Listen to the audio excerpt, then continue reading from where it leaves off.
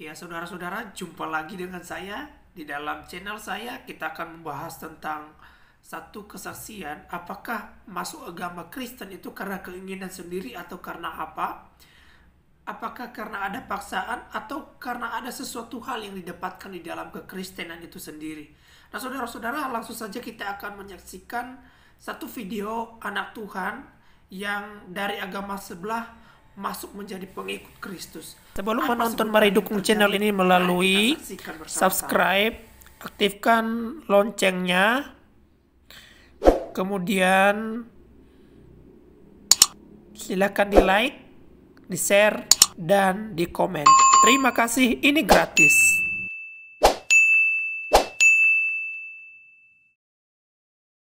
Kalau ditanyakan kepada saya apa alasan saya keluar dari agama Islam, agama yang menjadi agama turun-temurun dari orang tua saya, maka yang pertama saya mau katakan bahwa itu bukan keinginan saya.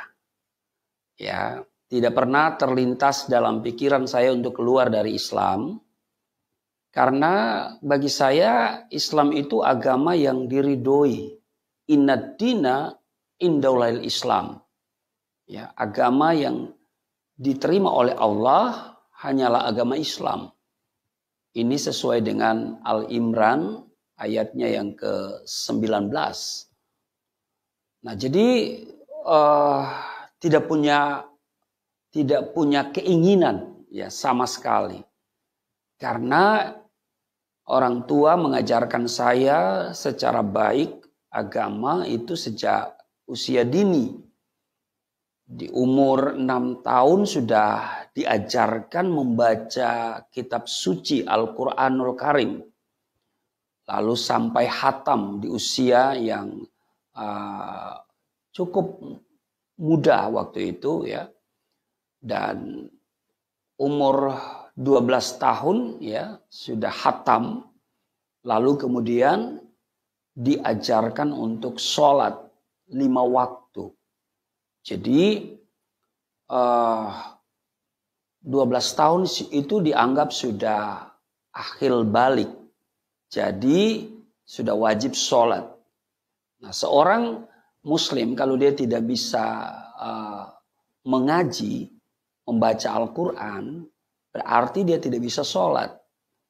Nah, karena itu sebagaimana juga anak-anak muslim, kami sejak kecil belajar mengaji, lalu menghafal surat-surat pendek untuk bisa sholat. Dan saya diajarkan oleh ayah saya langsung. Dan dia begitu ketat mengontrol apakah saya sholat atau tidak. Ya, karena diajarkan di Quran bahwa lakukan 4, nggak lakukan 1, maka yang 1 ini membatalkan yang 4. Dikatakan fawailul lil musallin, celakalah bagi orang yang sembahyang, allazina hum an salatihim sahun, mereka yang lalai dalam sembahyang.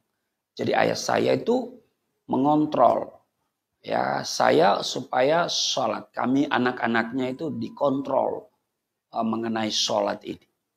Jadi kalau saya ditanya apa alasan Anda keluar dari Islam ya, meskipun di penjara, yang pertama saya katakan itu bukan keinginan saya.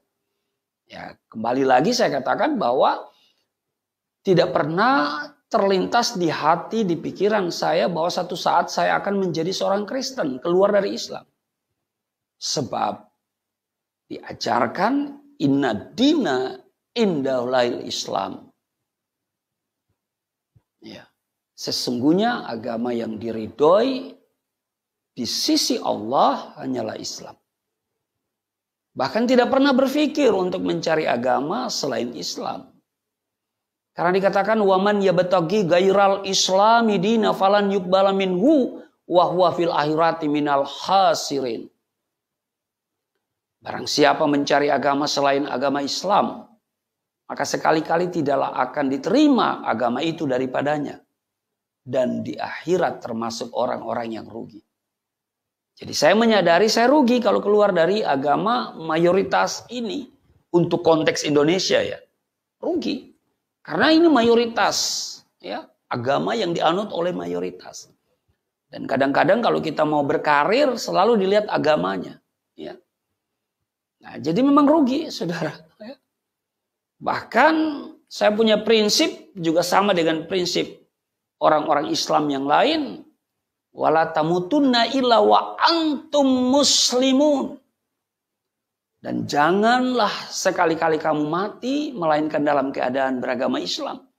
Itu sesuai dengan Quran surat Al-Imran ayat 102. Jadi kembali lagi saya tegaskan bukan keinginan saya. Karena ini prinsip Islam yang saya pegang secara kuat. Ya. Kalau ditanya apa alasannya Anda murtad keluar dari Islam? Ya, bukan keinginan saya. Tetapi keinginan Tuhan Yesus. Karena di dalam Yohanes 15 ayat yang ke-16. Bukan kamu yang memilih aku. Tetapi akulah yang memilih kamu. Itu yang pertama. Yang kedua. Ya, saya menemukan hidayah. Menemukan petunjuk. Ketika saya membaca Alkitab. Setelah perjumpaan saya dengan Yesus. Ya, karena diawali dengan perjumpaan. Ya, Isa Al-Masih datang pada saat saya sedang menyiapkan ibadah subuh, salat subuh. Dari sana kemudian saya mulai ada kerinduan untuk mengenal pribadi ini dan saya mendapatkan kesulitan karena Isa Al-Masih memang ada di dalam Al-Quran. Tetapi ada beberapa prinsip yang berbeda. Soal keluarganya, soal kelahirannya, soal kematiannya. Tapi ada beberapa yang menjadi titik temu persamaan tentang mujizat-mujizat yang dilakukannya itu luar biasa. Nah, saudara, karena itu prinsip saya harus kembali kepada apa? Sumber yang akurat. Nah, sumber yang akurat mengenai Isa Al-Masih ya Injil. Karena Quran juga mengatakan bahwa Injil itu diberikan kepada Nabi Isa. Nabi Isa pembawa Injil. Nah, mari kita baca ke Injil. Tapi itu bukan langsung baca, itu ada proses. Tidak semudah itu. Ya. Sebab kalau saya nanti baca Alkitab ini, ya, wah, ini bisa perang dengan ayah saya. Zaman saya dulu kan belum ada Android ya. Kalau sekarang kan bisa kita download sendiri, kita baca sendiri ya. Tapi dulu harus ada fisik seperti ini, Alkitab seperti ini. Ya. Dan kalau dibaca, pasti orang di sekitar kita satu saat akan menemukan Alkitab yang kita bacain. Nah, karena itu saya harus mencari apa alasan ya supaya ketika nanti ketahuan saya baca Alkitab, saya bisa punya dasar. Ya, yang pertama karena iman Islam memberikan apresiasi kepada Injil. Dan itu dirumuskan dalam rukun iman. Rukun iman itu ada 6. Yang pertama percaya kepada Allah. Yang kedua percaya kepada malaikat. Dan yang ketiga percaya kepada kitab yang pernah diturunkan oleh Allah. Antara lain Taurat, Zabur, dan Injil. Nah, jadi kita beriman kepada Injil. Ya. Nah, selama ini kan saya tidak pernah baca Injil. Ya, memang tidak dianjurkan untuk baca Injil. Bahkan ada opini yang dibentuk Injil yang hari ini ada itu Injil palsu. Tapi kalau ditanyakan kapan dipalsukan, siapa yang memalsukan, bagian mana yang dipalsukan, ya, dan kalau itu palsu mana yang asli, nah semuanya itu nggak bisa kita buktikan. Nah, saya harus meninggalkan pemikiran-pemikiran itu, ya, itu kan asumsi ya. Maka untuk mengenal pribadi Isa Al-Masih kembali kepada sumbernya, yaitu Injil. Nah, sementara iman Islam mengajarkan percaya kepada kitab yang pernah diturunkan oleh Allah. Taurat, Zabur, dan Injil.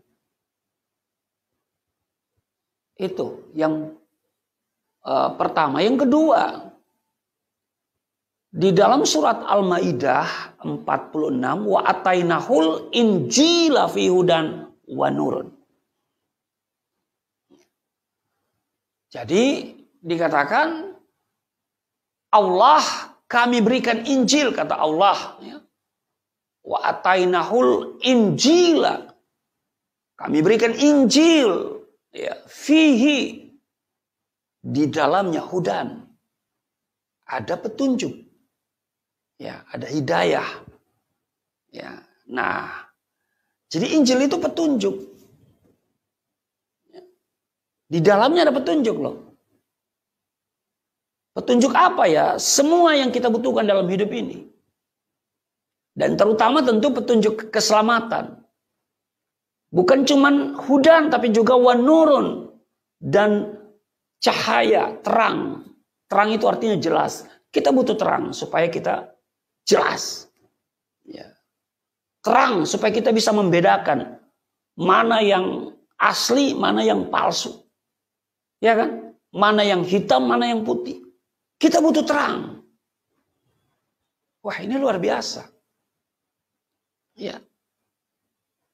Jadi saya harus baca Injil. Ya. Saya harus baca Injil loh.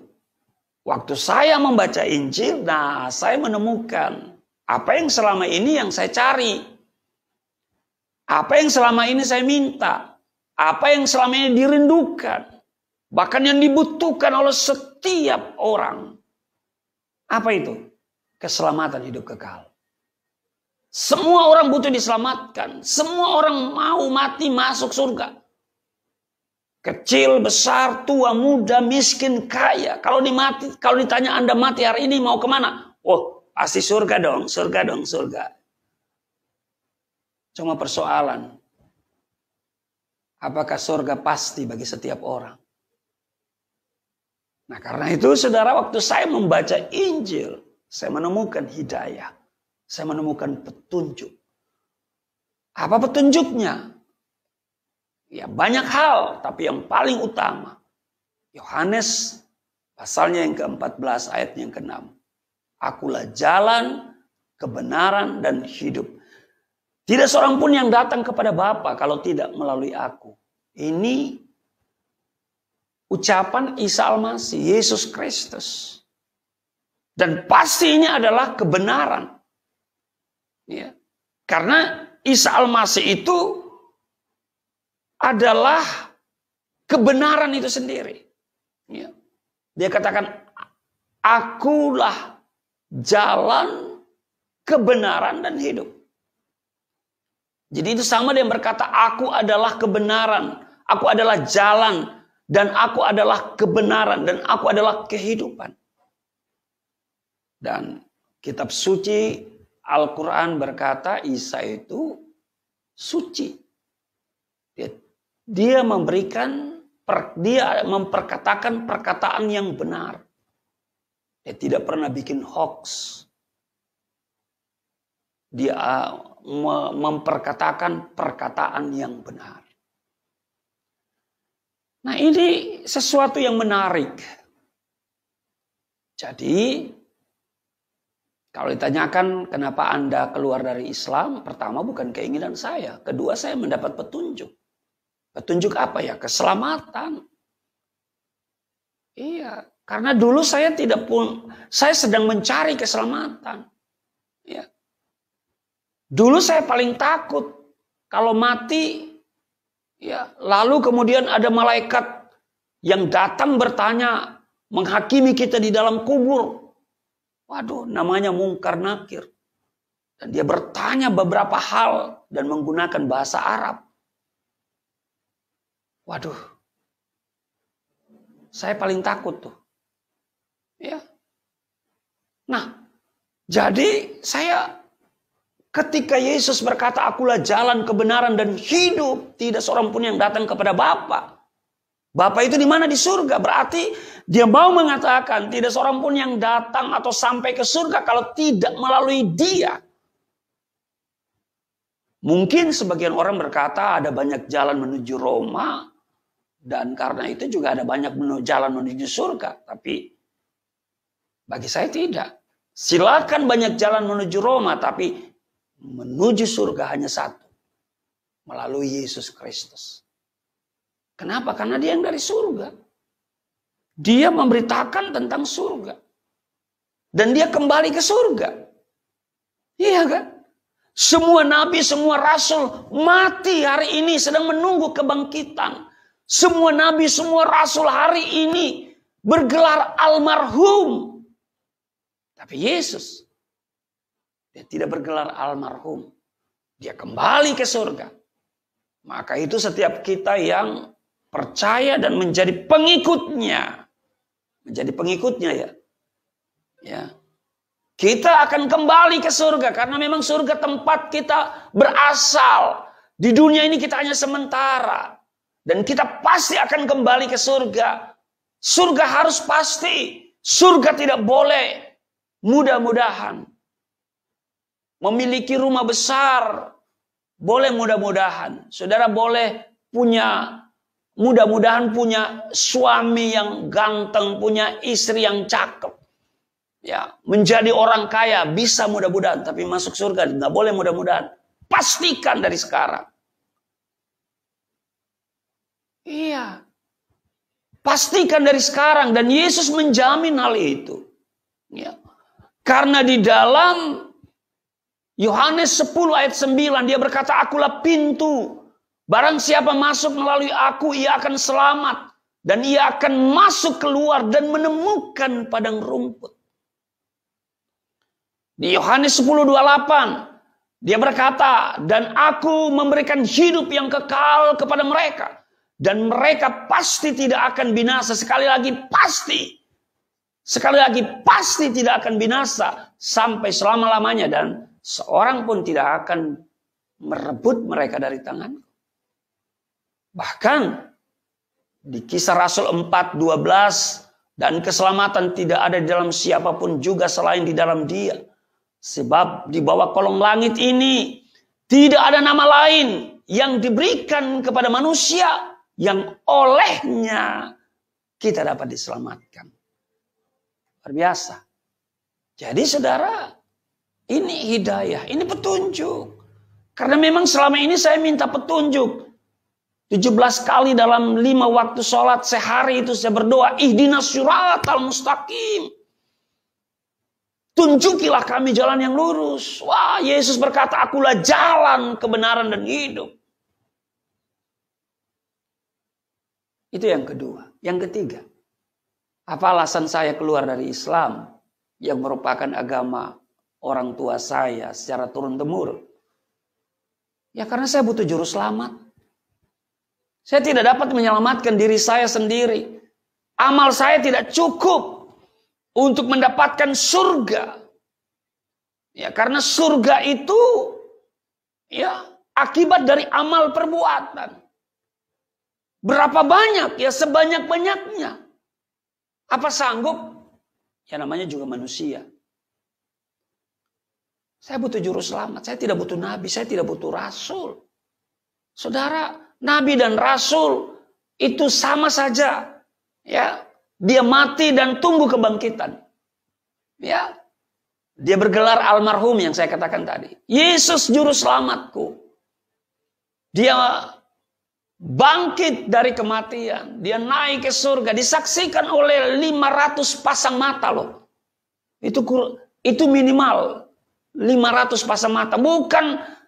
Bukan tidak disaksikan. Loh, disaksikan oleh banyak orang. Haleluya. Dan malaikat yang berkata, dia akan datang kembali seperti yang kamu lihat. Saudara suka atau tidak suka, senang atau tidak senang. Yesus akan datang yang akan menentukan kita kematian yang kekal atau kehidupan yang kekal. Saudara bisa menghujat dia hari ini. Saudara boleh tidak percaya kepadanya. Tapi satu waktu nanti, saudara akan berhadapan dengan dia. Saudara, saya butuh juru selamat. Saya tidak cukup amal saya. Ya, tidak ada amal perbuatan baik saya yang bisa memasukkan saya ke dalam surga. Dan menyelamatkan saya dari neraka. Ya, kecuali apa? Ya, rahmatan minallah. Rahmat atau anugerah dari Allah. Dan ini sudah tertulis. Ya. Sudah tertulis dalam Efesus pasal yang kedua, ayat yang ke-8. Dan karena kasih karunia kamu diselamatkan oleh iman. Itu bukan hasil usahamu. Tetapi pemberian Allah. Haleluya. Jadi saudara, saya butuh juru selamat. Apapun orang katakan, saya hanya butuh juru selamat. Kalau Anda protes, ya silakan kalau Anda bisa menyelamatkan dirimu dengan amal perbuatan. Sebab ingat loh, waktu kita mati, ada mungkar nakir bertanya kepada kita dengan bahasa Arab. Salah jawab, dicambok.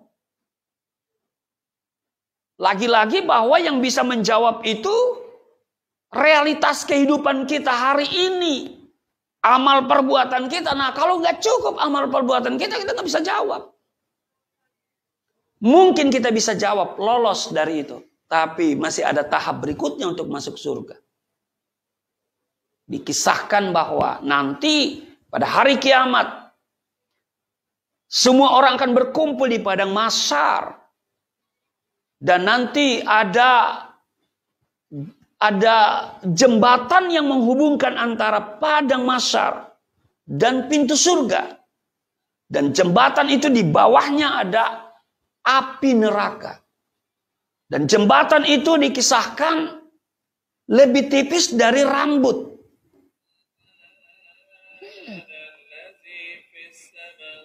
Jadi lebih tipis dari rambut. Ini yang membuat saya nggak yakin kalau saya bisa masuk surga.